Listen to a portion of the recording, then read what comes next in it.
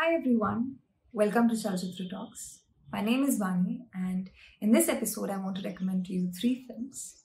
It is rather intimidating because I haven't done this before, but these are the films that I really love and I think you would like them as well. The first film that I want to recommend to you is a ghost story.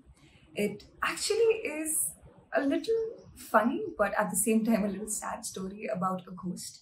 And I think this is the first ghost in history who has gotten his costume right because he's wearing the age-old white sheet with 2 holes for the eye. The reason why I love this film is because it stays you away from preconceived notion that we have about how a ghost story should look like. There is a young couple who's moved into a new house and one of them passes away and becomes this ghost. And this ghost follows the other person around while they try to deal with the loss. There is a beautiful scene in the film and there are not many dialogues, but this is one dialogue in the film that will probably stay with you for the rest of your lives. There is a man at a party who is telling the people around him, we do what we can to endure. And he says, a writer writes a book.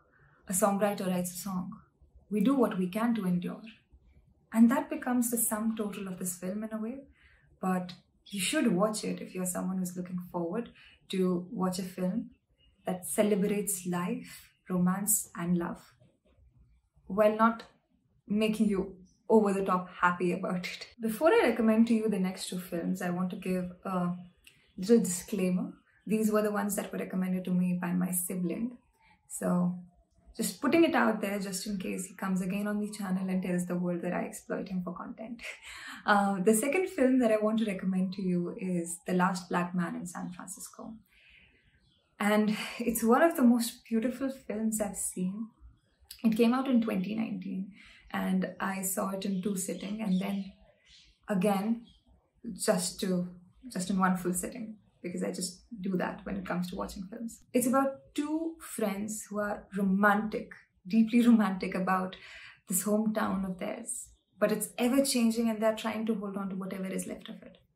And there is one particular house which is the focal point of the film, which was probably built by one of the friend's grandfather. The really nice and beautiful thing about this friend is that he believes that his grandfather built this house, and now the people who live in this house, because these are 2 black men, privileged white men live in this house. And he feels that the love that this house receives is something that the current owners are not able to give the house. And therefore, he finds himself doing odd jobs for this house for free. He trims the bushes, he takes care of the paint and the boundary of the house. And that makes this film so beautiful. It's no longer about 2 people who are celebrating their town and holding on to whatever is left. It becomes a film about holding on to something that you would believe is yours, a legacy that you want to be left behind for yourself. But whatever the reason is, you have not been assigned this legacy, but you're still taking care of it because you want something to hold on to. And that's one of the many reasons why I love this film. The third film that I want to recommend to you is another 2019 drama film. It's a Polish film and it's called Corpus Christi. I am not sure about the pronunciation, but it's about a young Polish man who has just been released from a juvenile detention center and he's had a change of heart and he wants to become a priest now.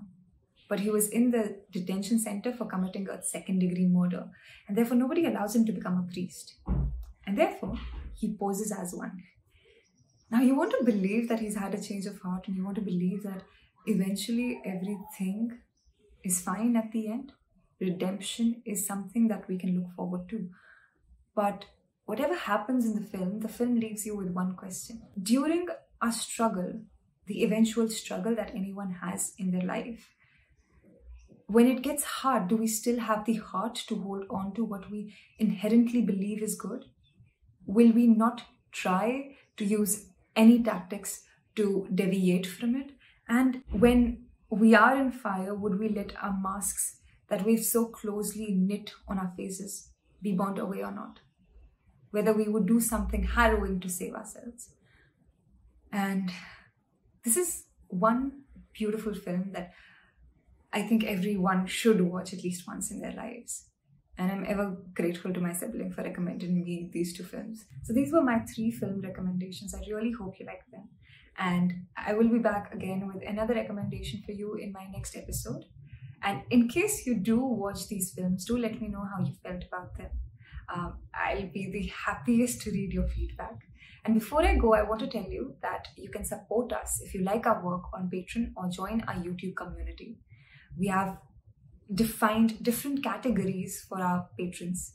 Goodfellas, gladiators, godfathers. Godfathers are at the top and they get access to us like nobody else. There are different WhatsApp groups that you get to be a part of, which are dedicated to books, films, and music.